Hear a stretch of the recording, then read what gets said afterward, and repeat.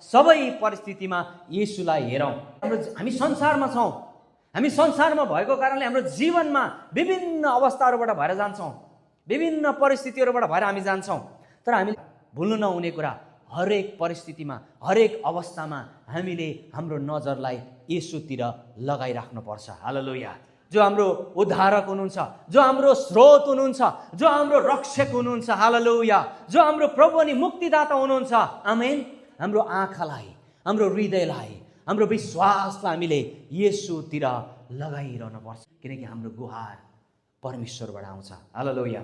हामीलाई परमेश्वरले हाम्रो निम्ति राखिदिनु भएको दौडमा, बोलावटतिर, प्रतिज्ञातिर अगाडि बढ्न रोक्ने, अल्झाउने कुराहरूलाई पन्छाएर हामी हाम्रो सामुने राखिदिएको दौडलाई हामी निरन्तर दौड्यौँ। आमेन। हाम्रो आँखालाई, हामीलाई अल्झाउने कुरालाई पन्छाएर, हामीलाई अल्झाउने कुराहरूबाट हाम्रो आँखालाई हटाएर, हाम्रा शत्रुहरूबाट हाम्रो आँखाहरूलाई हटाएर, हाम्रो बाधाहरूबाट हाम्रो आँखाहरूलाई हटाएर हाम्रो विश्वास सुरु गर्नुहुने अनि पुरा गर्नुहुने येशूतिर हाम्रो आँखालाई लगाउँ भनिकन आजको साँझमा परमेश्वरले हामीलाई यो उत्साह दिँदै हुनुहुन्छ।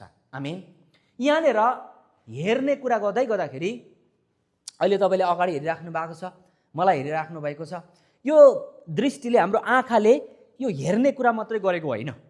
यो हेर्नु भनेको चाहिँ हाम्रो विश्वासलाई, हाम्रो आशालाई येशूतिर, परमेश्वरतिर लगाउनु भनेको, हाम्रो फोकसलाई येशूतिर लगाउनु भनेको। हालेलुया।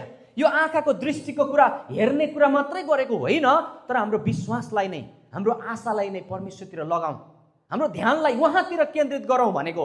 समस्यातिर होइन, बाधाहरूतिर होइन, सङ्कटहरूतिर होइन, शत्रुहरूतिर होइन, ती कुराहरूबाट हाम्रो ध्यानलाई, हाम्रो विश्वासलाई ती कुराहरूबाट हटाएर हाम्रो आँखालाई परमेश्वरतिर लगाऊ। आमेन।